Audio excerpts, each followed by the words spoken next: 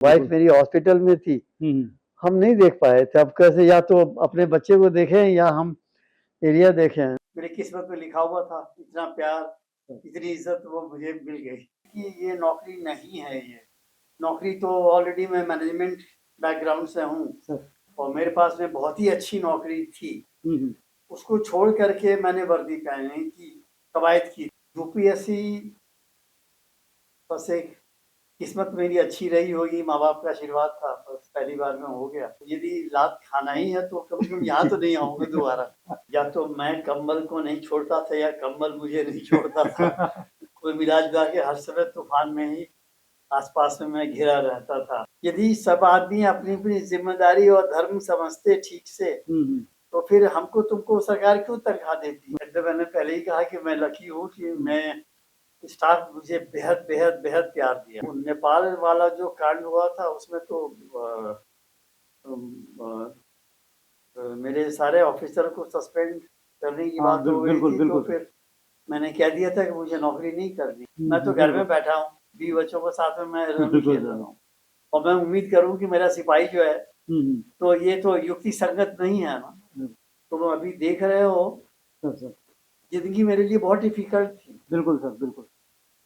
पैसे की कमी बहुत ज्यादा खलती थी सर। और मुझे उसी लायक इज्जत दिया है। मतलब मैं जितनी तारीफ करूं अपने स्टाफ की, दिल्ली पुलिस की, वो सब कम है। बहुत इज्जत दिया है मुझे। इसके बाद जो होना है वो तो होना ही है। तो उसको मैं अपने दांत भींच करके मैं क्या क्या क्या कर लूंगा। मस्त रहो, जो होगा देखा जाए। जब मैं प्रेशर को पसंद करता हूँ, जब मैं खुद शादी करने जाता हूँ प्रेशर से, बिल्कुल बिल्कुल, उसके बाद यदि मैं रोऊं कि प्रेशर है तो ये मेरी बदतमीजी होगी।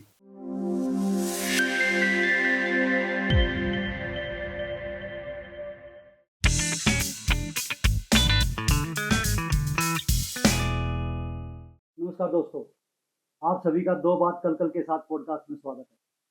मैं हूं एसीपी राजेंद्र कलकल और आज मेरे साथ हैं एक जाबाज, हरफन मौला और दिल अजीज पूर्व आईपीएस अधिकारी श्री दीपक मिश्रा जी। नमस्कार सर। नमस्कार। स्वागत है आपका इस पॉडकास्ट में। सर, जब से ये पॉडकास्ट स्टार्ट किया है, शुरू से ही काफ़ी डिमांड आती रही कि दीपक मिश्रा साहब को बुलाओ, दीपक मिश्रा साहब को इस पॉडकास्ट में। इतनी फैन फॉलोइंग है सर आपकी, न कि सिर्फ दिल्ली पुलिस में, बात पब्लिक के अंदर भी। तो सबसे पहला सवाल आपका यही है कि आपने ऐसा क्या जादू किया है कि जहाँ भी आपका नाम लेते हैं सबकी आंखों में चमक आ जाती है।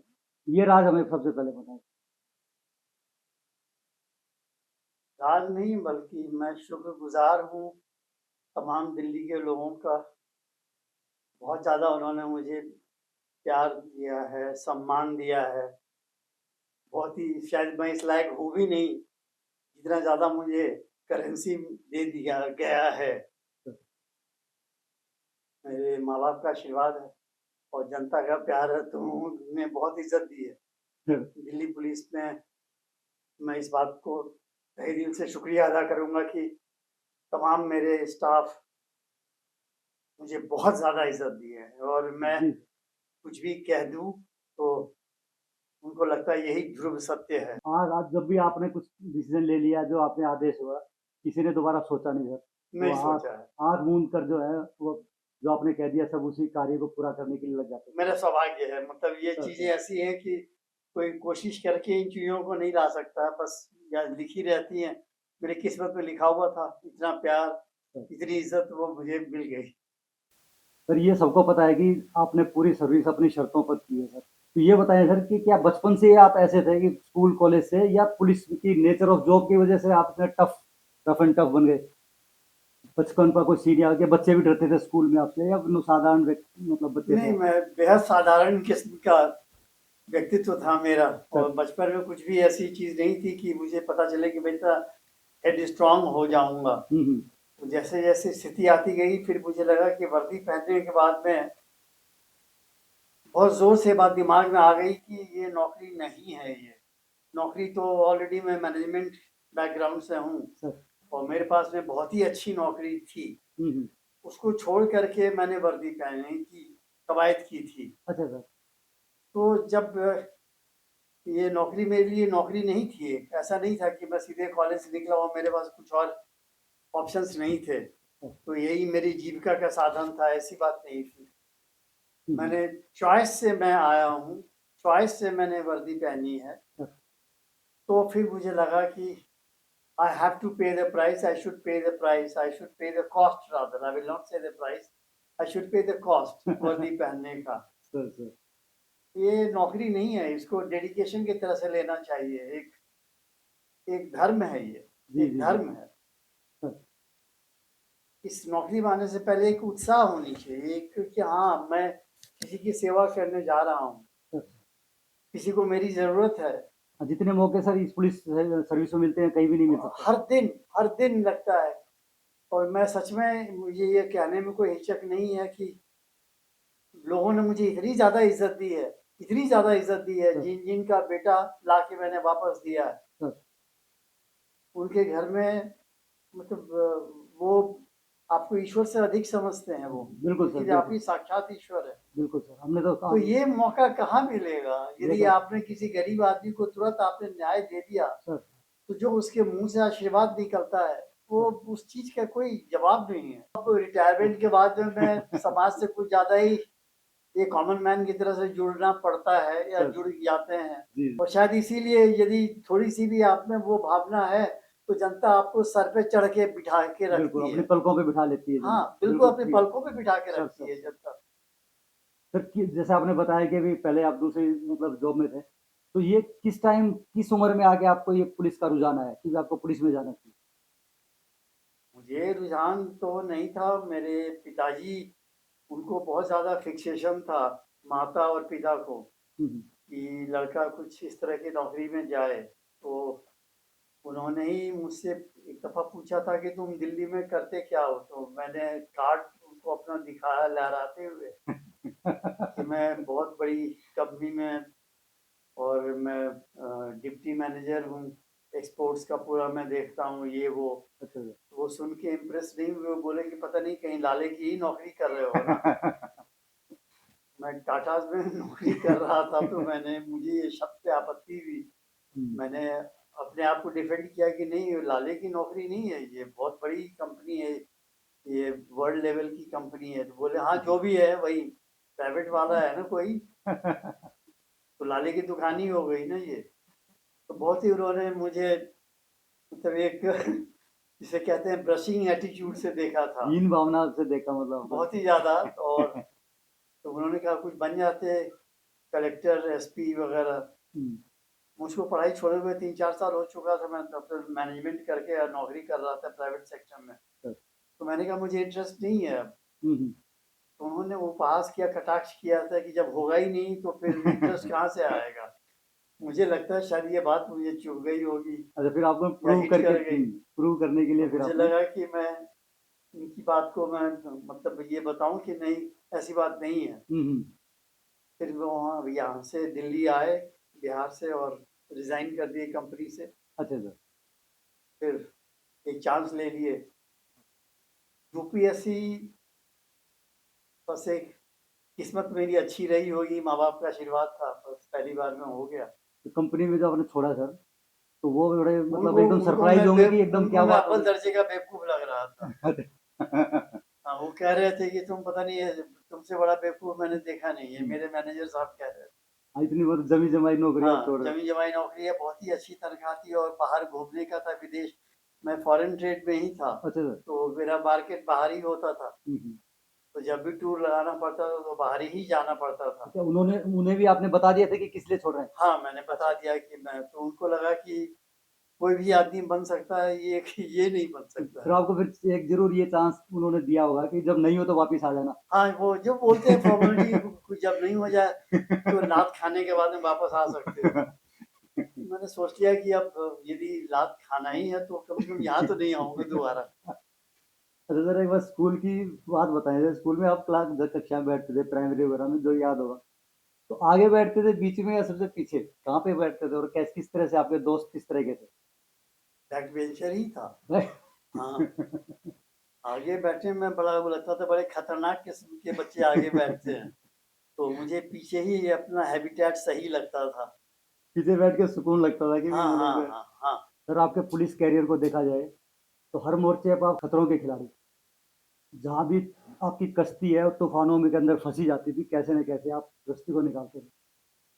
तो एक ये बताइए कि क्या कारण रहा कि मतलब जहाँ आपकी कश्ती होती थी वहीं तूफान आ जाता था, या तूफान देख के आप अपनी कश्ती वहां ले जाते थे?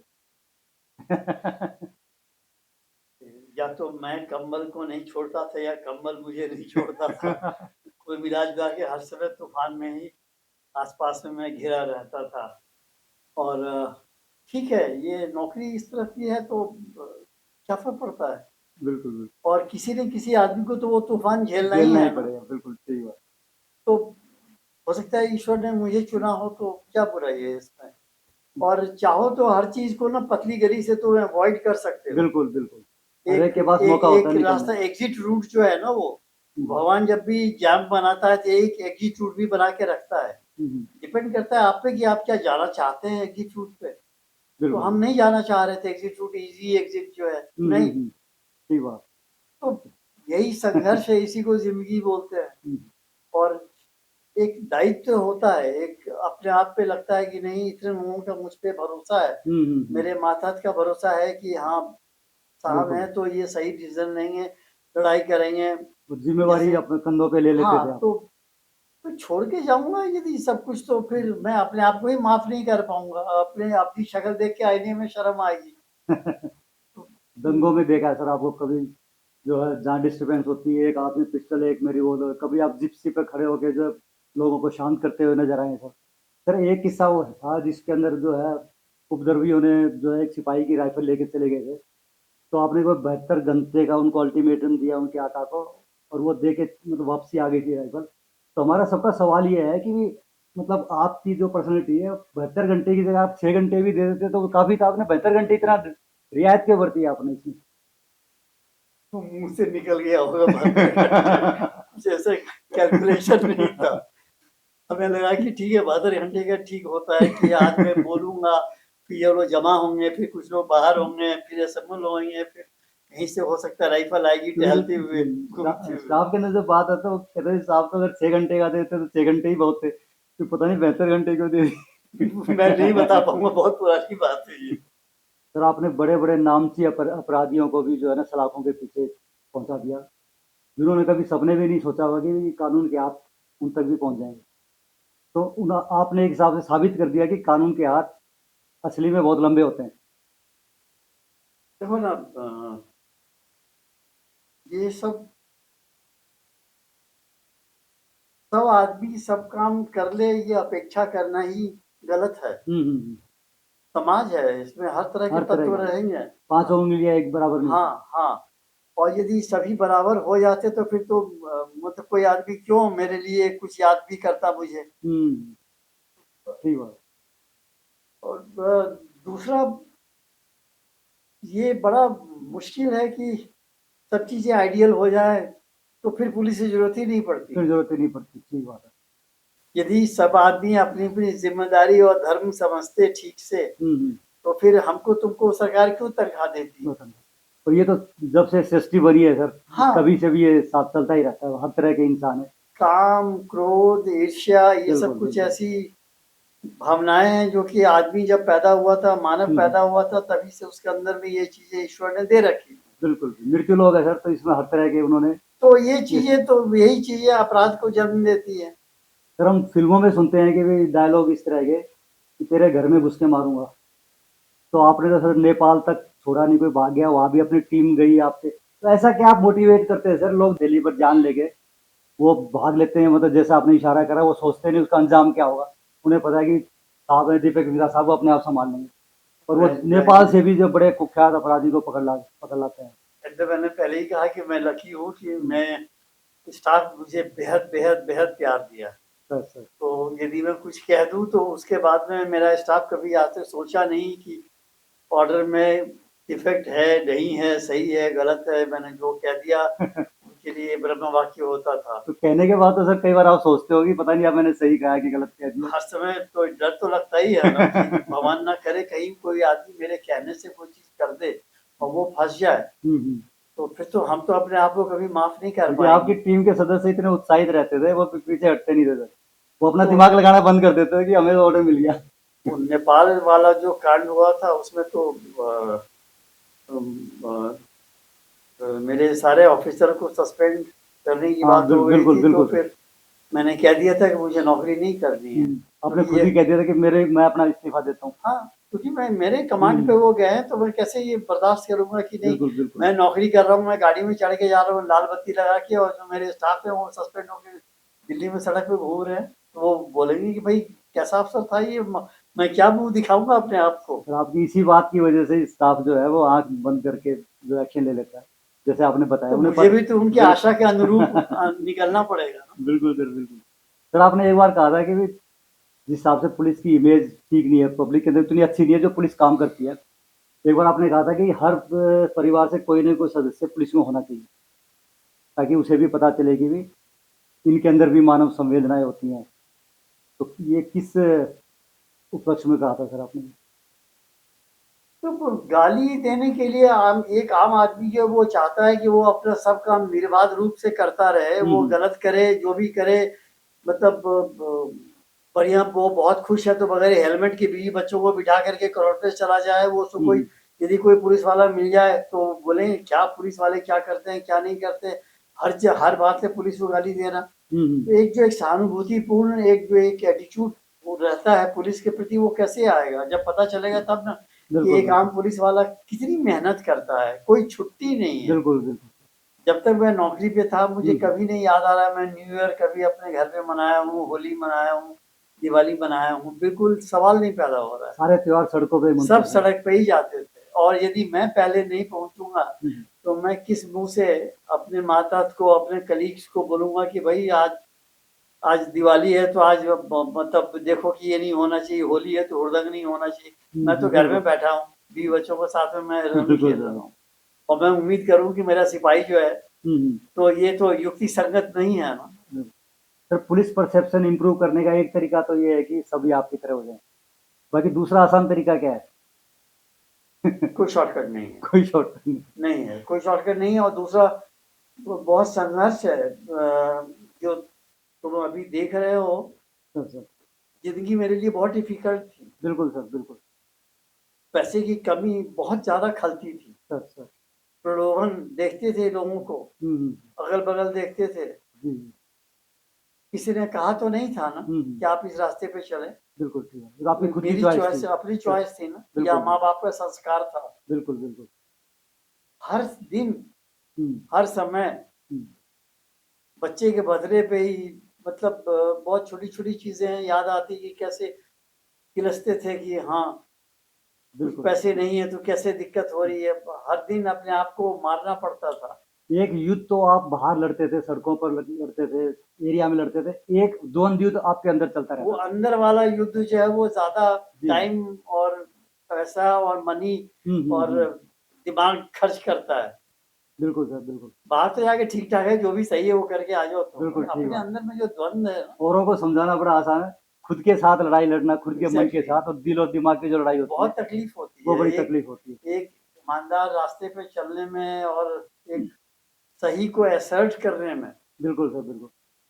आपने जो प्यार दिया सर पुलिस महकमे में, जो स्टाफ को, तो स्टाफ ने भी बिल्कुल एक हिसाब से बहुत ज्यादा, आपको बहुत अपनी ज्यादा, माँ की तरह समझते हैं। बहुत ज्यादा। वो आपको जो है ना हर समय आपको जो है ना कहीं न कहीं किसी न किसी रूप पे आपकी चर्चा चलती रहती है और कुछ भी बात होती है तो आपको याद करते हैं सर। मैं अभी भी मुझे जब जाता आता रहता हूँ, वर्दी देख करके लगता है ये मेरा बच्चा है ये। हाँ, बिल्कुल सर, बिल्कुल ठीक। और मुझे उसी लायक इज्जत दिया है, मतलब मैं जितनी तारीफ करूं हुँ। अपने स्टाफ की, दिल्ली पुलिस की, वो सब कम है, बहुत इज्जत दिया है मुझे।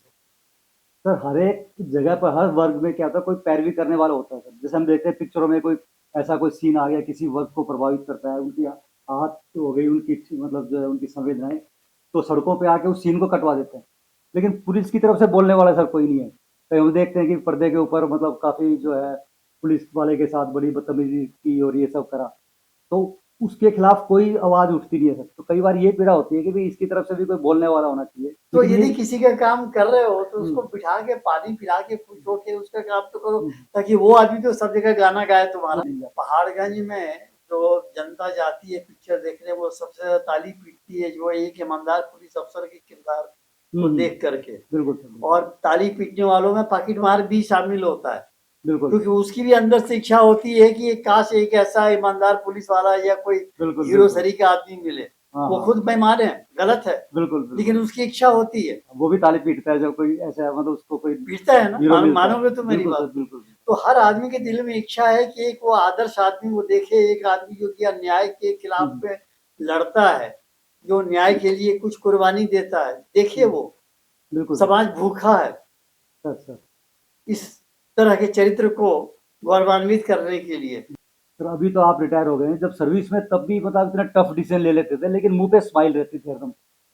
तो नहीं तो आदमी क्या आता है कोई डिसीजन लेते समय आदमी चिंतित हो जाता है और कई वो कहते हैं अकेला छोड़ दो मुझे। ये सब चीजें आई तो ऑन द स्पॉट कैसे डिसीजन ले लेते इतने भारी भारी डिसीजन भी मतलब हंसते खेलते ले लेते थे सर। तो ये क्या सॉफ्टवेयर ही ऐसा बना डिसीजन हुआ है कि इसमें कुछ नहीं, डिसीजन के बाद जो होना है वो तो होना ही है। तो बिल्कुल उसको मैं अपने दांत भींच करके मैं क्या क्या क्या कर लूंगा। मस्त रहो, जो होगा देखा जाएगा। आपने सही फेथ में डिसीजन लिया है, बिल्कुल बिल्कुल आपका कोई एजेंडा नहीं होना चाहिए। और सही डिसीजन तो पहली बार में ही आ जाता है। अगर आगे लेना है तो वो तो गलत डिसीजन लेने के लिए दिमाग लगाना पड़ता सब आदमी को पता है क्या सही है, क्या है। उचित है, बिल्कुल ठीक है। सबको पता है। सर आप फिल्में देखते हैं? नहीं देख पाता हूँ। देख पाते नहीं? हाँ, तो कभी कभी कोई कोई देख लेते होंगे हमारा। बहुत कम। अच्छा सर एक चीज बताओ जैसे जो आपकी लाइफ रही है जो आपकी स्टोरी रही है जरूर कभी ना कभी मुझे लग रहा है कभी ना कभी किसका ध्यान जाएगा और आपके ऊपर कोई फिल्म जरूर बनेगी। बन रही है। बन रही है सर? अच्छा तो उसमें हीरो कौन रहेगा सर? अब ये, अच्छा वो डिसाइड करेंगे। हाँ अभी वो पटकथा लिख रहा है। अच्छा अच्छा हाँ, आ हम्म। जाएगी वो। और दूसरा मैं इतना नहीं पूछता हूँ, वो उसकी मर्जी है, जो करे वो। ये उनका काम है जो कर लेंगे। हाँ हाँ हाँ, दूसरे काम में नहीं टपकना। मेरे उसको भी नहीं अच्छा लगता था मेरे काम में कोई टपकता है तो ये उसका काम है। बॉम्बे के प्रोफेशनल टीम है, वो लोग कर रहे हैं। तो पुलिस सर्विस में क्या कोई ऐसा पल आया जब आपको लगा होगा कि कोई अंदर अंदर कश्मकश की वो नहीं कर पाए जो आप चाहते थे जो आपका मन करना चाह रहा था और उसके विपरीत कुछ करना पड़ा आपको? तो इतनी लंबी सर्विस में जरूर कहीं ना कहीं से अब वो प्रेशर। हम हमको नहीं कुछ ऐसा याद आ रहा है कि हम मजबूरी में मुझसे कोई काम किसी ने करवाया हो। अच्छा नहीं, नहीं। मैं तो बताया तुमसे कि बिल्कुल जब मुझे नहीं पच रहा था तो मैंने इस्तीफा दे दिया था पुलिस की नौकरी से, बिल्कुल सर नेपाल बिल्कुल वाले कांड पे। हमसे अब दवा की आत्मा को मार करके तुमने खुद ही कहा कि हम जो जैसा चाहे हम अपनी बिल्कुल शर्त पे शर्तों पे कर आपने लिए नौकरी काम। की है सर। और दूसरा ये बात भी कहना कि नहीं ये बहुत प्रेशर होता है, कोई प्रेशर नहीं होता है। हम्म। जब मैं प्रेशर को पसंद करता हूँ, जब मैं खुद शादी करने जाता हूँ प्रेशर से, बिल्कुल बिल्कुल उसके ठीक बाद यदि मैं रोऊं कि प्रेशर है, तो ये मेरी बदतमीजी होगी। ठीक बात है आप समझ रहे हो ना? Sir sir. हमसे तो आज तक किसी ने कुछ नहीं कहा, क्योंकि जिन लोगों को हम राजनीतिज्ञ कहते हैं हम्म, वो बहुत ही ज्यादा हाईली ह्यूमन बिहेवियर को समझने वाले होते हैं। हम्म, उनको अच्छी तरह से पता है कि कौन सा धातु बिल्कुल बिल्कुल बिल्कुल कितना स्ट्रेंथ है और किसको वो झुका सकता है और किसको कौन नहीं झुकेगा। बिल्कुल ठीक बात सर। वैसे तो आपने अनगिनत लोगों को अपराधियों को लाखों के पीछे भेजा है। वो कौन सा अपराधी है जिसे भेजकर आपके दिल को बड़ा सुकून मिला?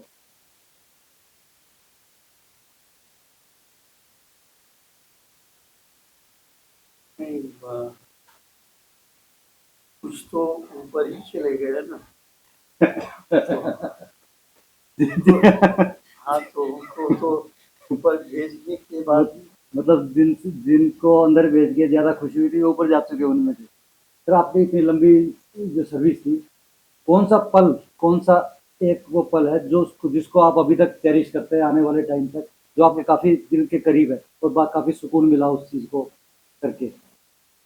हाँ, हमारी अ, एक जगह लॉ एंड ऑर्डर का प्रॉब्लम था तो मैंने फायर ओपन किया था कहाँ पे सर? पालम गांव में। पालम गाँव में? हाँ, वो शुरू शुरू की बात है। हम्म। तो मैंने ये कहा था कि वार्निंग करने के बाद भी कि आप लोग यहाँ से जाइए। और फिर मैंने लाइन पोजीशन में फायर ओपन किया था। मैं नॉर्मली मैं खुद ही ओपन करता हूँ। सर जरूर। तो लाइन पोजीशन में लेट के फायर ओपन किया था। हम्म। और हॉस्पिटल में जाके पता चला कि एक 7 साल की बच्ची को छाती में है और वो क्रिटिकल है। तो मैं जो घुटने का लेवल बिल्कुल लेता था इसलिए आप लेट वो के उसके किया लिए था। छाती पे पहुंच गई थी। बिल्कुल भी। पहले तो नहीं समझ में आया, हम गए पागल की तरह से। और मुझे लग रहा था कि मैंने सारी पढ़ाई लिखाई करके इसीलिए किया था कि मैं जान ले सकूं किसी की, क्या इसीलिए मैंने पढ़ाई लिखाई किया था। तो हाथ में ग्लानी का बहुत जोर से झटका लगा मुझे। हम्म। और फिर उसको क्या करते थे, उसका पिता मुझे दिखाई दे गया अस्पताल में। हम्म। मैं बहुत यंग था, मतलब बहुत ही ज़्यादा यंग था, अच्छा। शुरुआती दौर की बात है। रैश होते हैं उस समय, तो बिल्कुल बिल्कुल सही है। मैं बेल्ट खोल करके मैं उसके पीछे पड़ गया कि कमीने तेरी वजह से मुझे अभी ये कष्ट हो रहा, मानसिक प्रताड़ना हो रही है। हम्म। जब मैं चिल्ला रहा था हम्म। कि आप लोग सब अंदर जाइए, भीड़ आप लोग मजमा, हम फायर ओपन कर रहे हैं, हम टीयर गैस ओपन कर रहे आप हैं, बच्ची को लेके वहाँ क्या तो करें? बच्ची को लेके वहां पर कुंभ का मेला घुमाने के लिए हम्म। बहुत गुस्सा आया। तो उसको बिल्कुल। पहले उसको अब कहने में कोई बुराई नहीं, उसको कूटे, अपनी फ्रस्ट्रेशन निकाल रहे थे हम। अब हम इस पे नहीं अभी जाना चाह रहे हैं, वो सही था गलत था जो भी था। बहरहाल ये एक संस्मरण है, आप बीती है, जिसको अभी तुम्हारे सामने मैं एडमिट कर रहा बेटी हूँ। बेटी को फिर वो क्या बच्ची बच गई सर? और भाई बच्ची को खून की जरूरत थी तो मैंने अपना ब्लड दिया। अच्छा। हाँ, ये मुख्य चीज अरे ये है कि मैंने उसको ब्लड दिया, प्लेट किया, मुझे बहुत सुकून मिला। बिल्कुल कि आपके आपको थोड़ा ये लग हाँ, रहा कि था मैं ही आप। खून बहाया हूँ हाँ, जी जी और जी। मैं ही उसको खून दे पा रहा हूँ, मैं इस लायक हूँ। हम्म। तो बड़ा अच्छा लगा था मुझे, मतलब उसके बाद मैं उस बच्ची से अटैच हो गया था। क्या तो बात। तकरीबन करीब महीने भर तक मैं डेली जाता था, जब तक वो हॉस्पिटल में थी, बहुत अच्छा। डेली जाता था मैं। इतनी टफ लाइफ में भी सर हमने देखा कि आपके सेंस ऑफ ह्यूमर हरदम मतलब एक जिंदा दिली और चेहरे पे हंसी ये बरकरार रहती। ये स्टाफ के अंदर हर बार ये बातें करते रहते हैं जब आपकी बात होती है कि कहीं पर वो कुछ किसी ऐसे के कमरे में सामान रखा था, वो खाली करना था, तो खाली करने के लिए कुछ वो था सर की बात से बिहारी ले क्या किस्सा था सर? वो अलग अलग तरीके से सब सुनाते हैं क्योंकि सबको पता है कि कहानी क्या थी लेकिन वो क्लियर नहीं पता। मेरे एसएचओ साहब जो थे वो नए नए आए हुए थे, कहाँ के तो सर? मैंने उनसे कहाँ के सर? तिलक नगर या कहीं अच्छा के थे, याद नहीं आ रहा। अच्छा सर।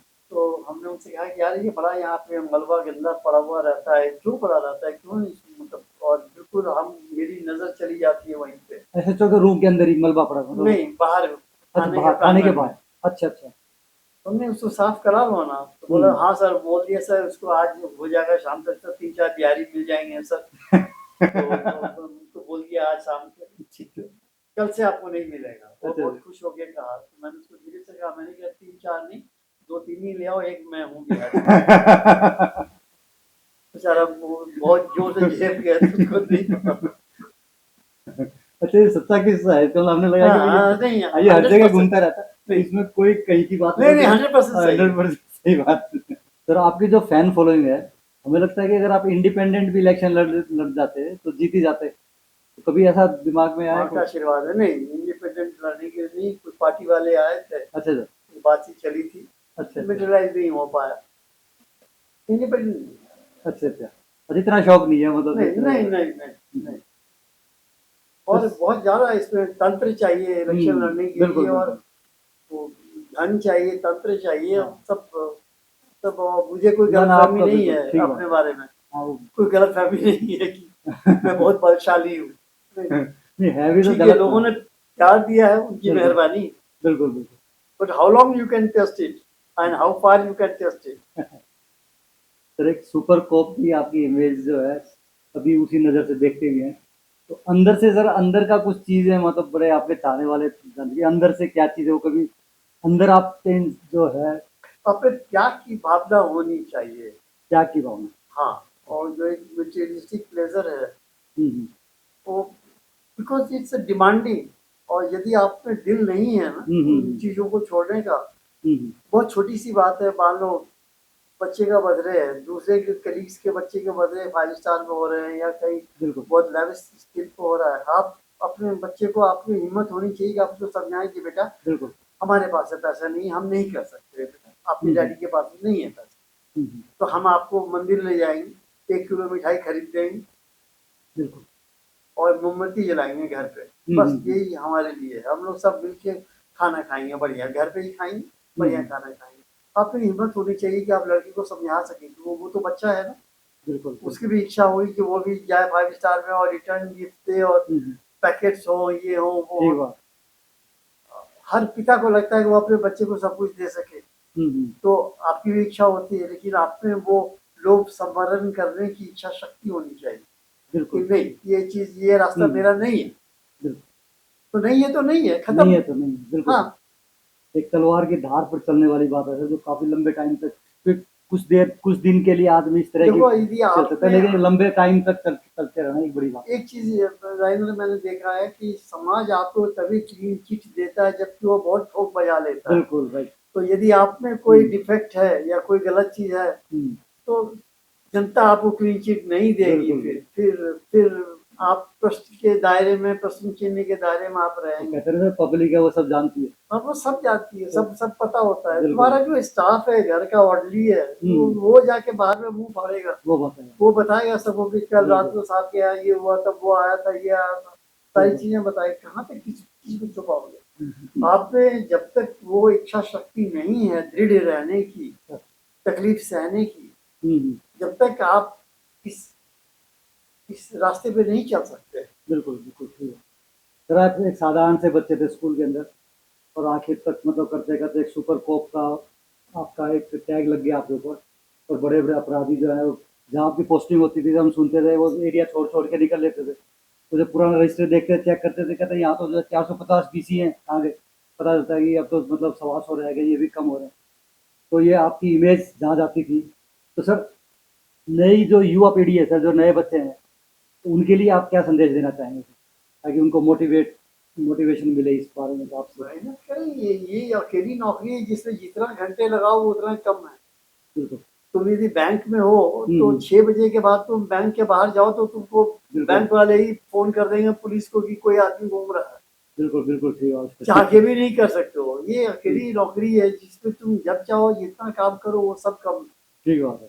तो करो ना, काम करो ना। देखो और ना, जगह सर समाज सरकारी दफ्तरों में कहते हैं कि 6 बजे खत्म हो जाती है, 6 बजे के बाद ऑफिस खुला है तो शक्की नजर से शक्की से देखते हैं कि कोई मामला गड़बड़, कोई गड़बड़ फाइल तो- चुरा रहे हैं, क्या हाँ, इसका क्या कर विचार है। क्योंकि पुलिस में तो आपके पास एक मतलब ये है कि जितना काम करना जितना काम चाहो करो उतना काम कम है। उतना ही कम है। हाँ, ठीक है। रात को नींद नहीं आ रही, गाड़ी में बैठ के जाओ, पेट्रोलिंग करो, देखो कि कहाँ पे कोई क्या हो रहा है, कहाँ पे क्या क्या गतिविधियां चल रही हैं। इसमें तो जितना काम करो सब कम है। तो करो, मेहनत करो ना, मेहनत करो। बिल्कुल बिल्कुल। कोई देखो ना, जिसे कहते हैं स्वर्ग यदि जाना है तो मरना पड़ेगा। मरना पड़ेगा।